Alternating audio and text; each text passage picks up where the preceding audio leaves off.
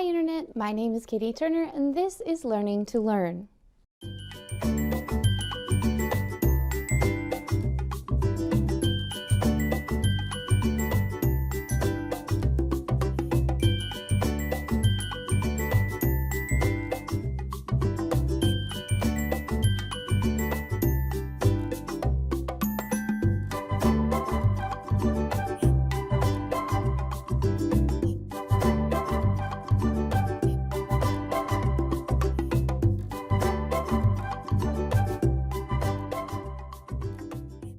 Welcome back, guys. I hope you're staying warm here in Texas. We just got hit with a crazy historic winter storm.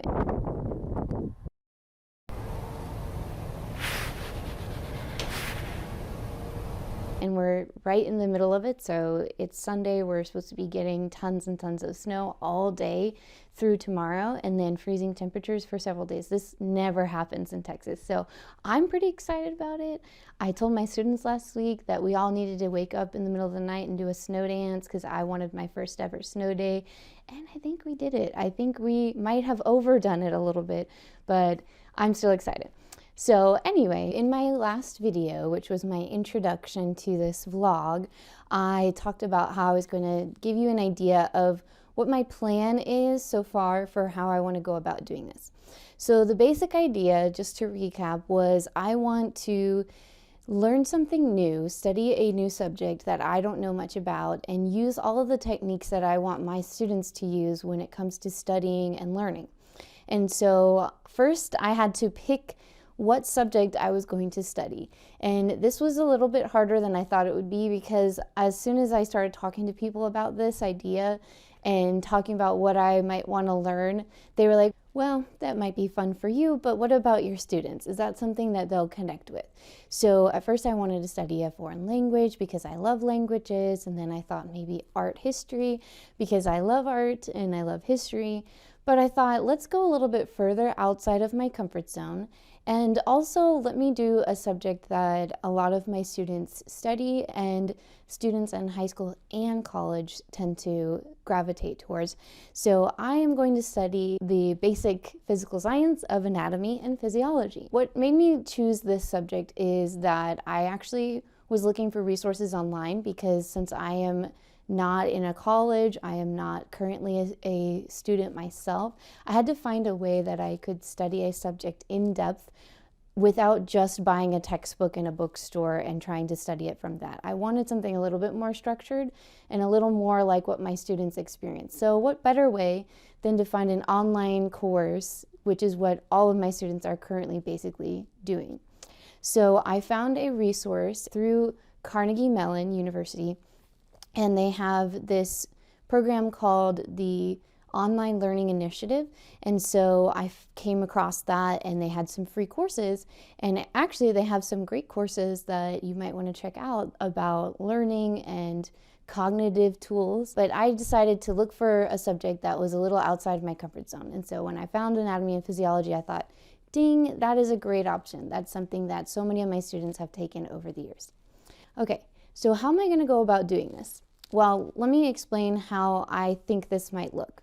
I'm going to just preface with, this is going to be a flexible plan, I think, because I am a full-time teacher and I teach 2 subjects, and we're in a pandemic, and I'm teaching hybrid online and in person, so it is a little hectic right now. Even though I have a lot on my plate right now, I think that's perfect, because I know my students always have a lot on their plate. I remember college, I had a lot on my plate. So the challenge of balancing my work schedule with this new project, I think, is going to make perfect sense. So let's talk about just breaking down how I think this is going to look. First, I looked at this course that I found online, which I really think is going to be great, and I looked at how it was broken down. So typically online classes, as you might know, are broken down into units and then modules within those units.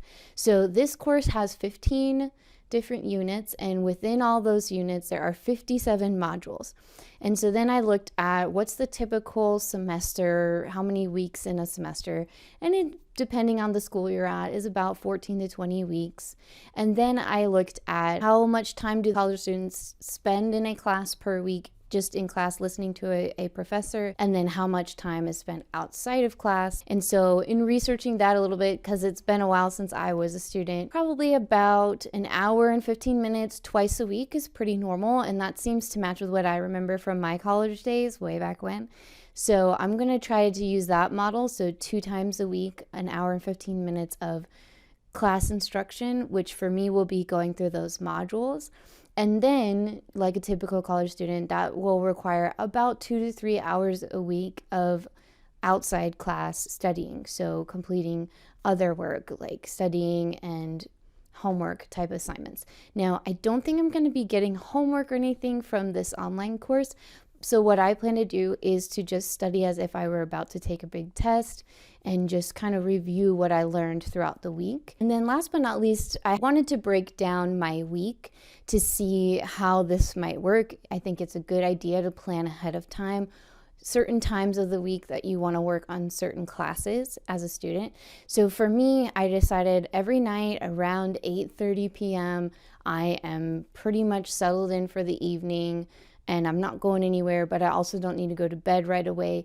So I have a good chunk of time right around 8:30 p.m. So I've decided that Monday through Friday, I'm going to work on this class, and actually really Monday through Saturday, and then I'm giving myself Sunday off. What I plan to do is Mondays, Wednesdays, Fridays, and Saturdays will be my study time, where I'm just practicing or reviewing what I've already learned, and I'm going to do 30 minutes at a time. So that will add together to about 2 hours, and I'm just going to give myself the flexibility of if I'm in a groove and I want to go longer, then I'll go longer, and if I'm not, then I'm just going to require myself to do at least 30 minutes, and then if it's just not jiving, just take a break.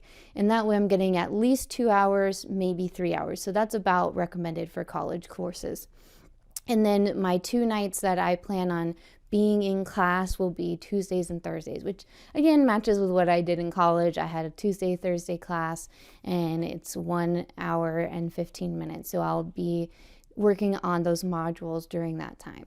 And then breaking down the modules, if I have 57 modules and I'm trying to get through them by the end of this semester, which is still doable, even though our semester in my school has already started, then I want to aim for about 4 modules a week. So that's the basic plan. I am like I said, a little nervous about getting started. I'm kind of rusty as a student, and I realized that today. So I think my students are going to get a kick out of that, and they'll kind of go, see, it's not as easy as you remember. I'm excited to get started. I really miss being a student, so I'm actually pretty excited to get into this and start learning about a subject that I don't know much about, and maybe, who knows, it will help me help my students in classes they didn't expect. In my next video, I plan on talking a little bit about some of the basic ideas behind why I'm doing this and what I hope to do through this vlog.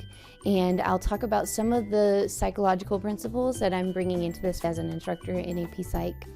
And then we'll jump into my learning process, and I'll share that with you guys. So thank you for sticking it out. I hope that you enjoy this journey, and I hope that it goes well. So we'll see. Have a great day. Stay warm.